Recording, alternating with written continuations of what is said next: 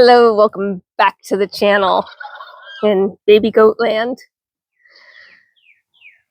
So it's a little bit overcast today, a little windy, but the temperature is lovely. So we're going to take every moment of outdoor time that we can get. Hopefully we don't get any little drizzles, but even if we do, we will survive. We've got baby boy goat wars happening here. These two are twins pushing each other around. And Mama standing by, she could care less. Oh, there we go. Now we got some movement. At any rate, thought today we would talk a little bit about the upcoming goat show. Kind of excited for the spring show, and it is early this year. Our spring goat show is the weekend of May 2nd and 3rd. It's just over the river and through the woods a little bit in over in Beaver Springs or Beaver Falls. Oh my gosh, I should know this by now, but over in Pennsylvania. About a 2-hour drive, which is fabulous. It's nice and close enough that we can get to it and get back to the farm if we needed to. We do bring in a farm sitter. But, you know, we're within reason if we needed to get back for an emergency, which is fabulous. So listen, hey, if you're new here, I'm Pam. This is Racing for Home Farm. You're looking at a bunch of mini silky fainting goats. On this farm, the animals rule the schedule, and I just try and keep up. All our videos here are completely unplanned, unscripted, and pretty much you get what you get type of content. We've got 10 baby goats here in the pasture. And I'm looking at them, watching them grow up, and I'm kind of really pleased with how they're looking, all of them, which is fabulous, right? I've been working on my breeding program with this livestock conservancy breed. These are miniature silky fainting goats. Fainting goats are on the livestock conservancy list. And we do work to try and keep their heritage, nature, true to form, but also continue to improve on the breed, meaning make sure that our goats have the best conformation, the appropriate coat, the appropriate set of their ears, the appropriate size, all of the things that make up what a mini silky goat should be. And part of that is taking them to a goat show. And yes, that's just like a dog show, but you need alcohol to survive. I say that jokingly. We're not drinking in the ring. But goats don't prance around the ring as nicely as dogs do. They have a tendency to faint and fall over. They have a tendency to put their brakes on, become stubborn, and just refuse to walk. So it's a little bit of organized chaos, not much different than what I have here on the farm. We have several master champions here already. Those are goats that have earned the top title in the breed. So they have to earn 3 grand champion titles in order to become a master champion. So they've been in many shows. They've competed against many different goats, been assessed by many different judges. And when they earn that master champion title, I retire them from the show ring. You could bring them back to continue to try and get best in show wins. And a lot of folks do. I just don't. It's not something that I have the time or the energy for. My herd is not big enough for it to matter in terms of making sure, you know, giving me enough wins to be the farm of the year or anything silly like that. Sorry, JC was knocking my arm around. She's right here with me. As always, spot on in my face. So apologies for the wobble there. And what I've been doing is trying to evaluate who's going to go this year. Well, I shouldn't say this year, this show. Hopefully we were going to have 2 shows this year, one in spring, one in fall. So this will be the spring show. For sure, Mr. Voodoo is going. That's this little black and white buckling that's headed my way now. He is my keeper buckling. He's coming to the show with me. And what I'm looking for at his age, he's going to be barely 2 months old at that point.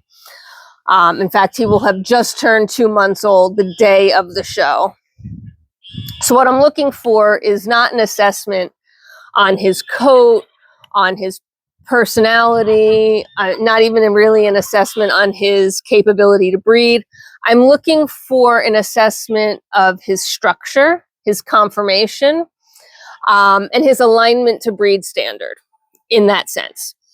When they're that young, it is possible that he could win all the prizes, but it's very unlikely that a 2-month-old buck is going to be able to stand in a grand champion judging, competing against a almost 2-year-old buck who's mature, full coat, has all of his masculinity in place, and take a prize, right? It's highly unlikely. It can happen, but it's not likely. So we bring him and we spend the money to get the judge's opinion. We have 8 shows in one weekend, so I'll get 8 judges' opinions on his conformation, his form, his fitness. And while that may or may not change my decisions, it will absolutely impact what I do with him as a breeding buck. If you're going to keep a breeding buck, your breeding buck should be putting something into the breed. You should be improving your herd. And the easiest way to improve your herd is with a strong buck. The easiest way to ruin a herd is also with a buck. Remember that the buck's genetics generally speaking, go into your herd a whole lot more than your doe's genetics, because your buck is going to breed multiple does. But, for example, let's say that they think his ear set is too far back. It's not, but let's say it is, right? If I were to get that feedback consistently, that would be a really good signal that I need to look at my does and breed him to does whose ear set is too far forward to get a balance, to bring that back into correctness. If they were to tell me, oh, JC, stop, you're killing me, and you're probably killing all our viewers. If the judges were to tell me that he's really strong on his back hocks, which he is, by the way, that's a good thing. Then I'm going to look at some of my does who may be a little bit weaker in the back hocks and breed him to them to improve on that, right? So you get the picture. That's why he goes to the show. Now, since he's going to the show, I got to bring his mama because he won't be weaned. And that means I have to bring his sister too. So we have Wren. We have this little doeling who has a giant piece of hay in her face at the moment. And Voodoo all going, with Voodoo being the one going into the show ring. I'm thinking about putting Wren in the show ring. I haven't made a decision on her yet. She's looking so much better than she did earlier this year or late last year, but I'm still not pleased 100% with her coat. So I need to get her up on the grooming stand, brush her out, see what I think of her. She'll be with me, so I can always make a last minute decision to add her in. But if you look at her coat, particularly between her legs, it's not full and even. And I'll give you a comparison. Now, granted, Persephone's filthy, but that's what I'm looking for, right? That consistent length and evenness to the floor, front to back. So Persephone is definitely going to the show. Her boys, who are the oldest kids, will actually stay behind because they'll be 10 weeks old, ready to be weaned. Actually, they'll be a little, I think they'll be like 9.5 weeks. But they'll be ready to be weaned, and we can leave them home.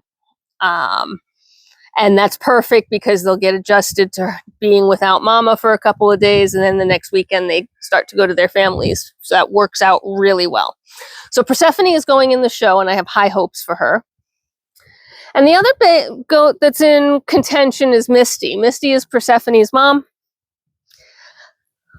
She had some rough body condition after having her babies. She was really thin, and that happens when they're nursing. They lose a lot of their body weight. But she's put that muscle mass and that appropriate body condition back on in the last week or so. So again, I need to get her on the stand and take a look at her and see if we're going to bring her. I was not going to bring her until fall, thinking she would need the time to recover. But she doesn't look nearly as bad as I thought she did. And you can see again that coat is much more even and flowing. It's dirty between her legs. And that's the one thing that Wren is missing. So I think that's our contenders for the show. And of course, Misty's kids will have to come along just because they won't be weaned.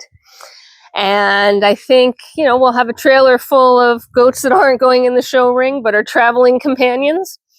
We'll put at least 2, possibly 3 does in the show ring and 1 baby boy. And that seems to be it for this round. Most of my older does are either not show quality or they are not, they're just not, there's no need to bring them to the show ring. They're 14, right? Denali is a master champion already, so she doesn't have to go.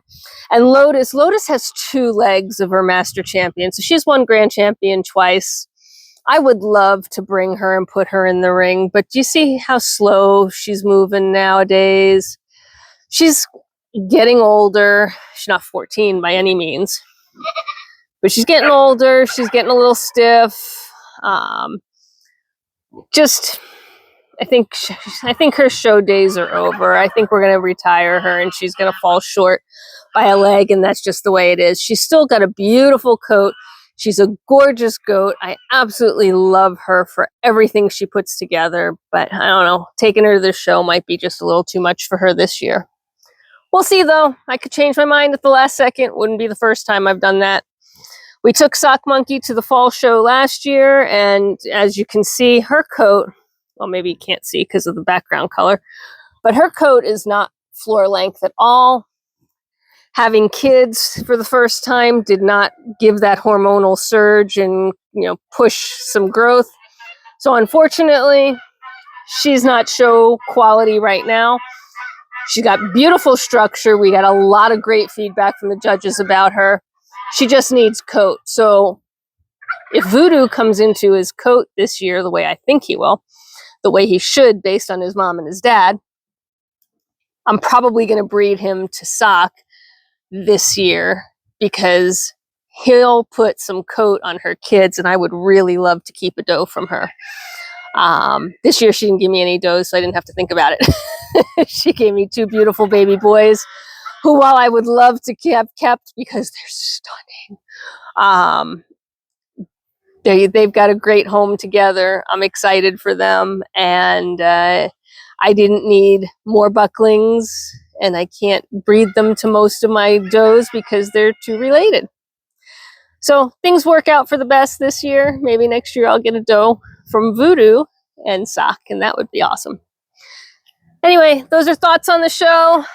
I think that's where we're at. And now I need to get my acting gear and get everybody not just groomed, but get them washed and bathed. And you know that our show goats get bathed twice before the show.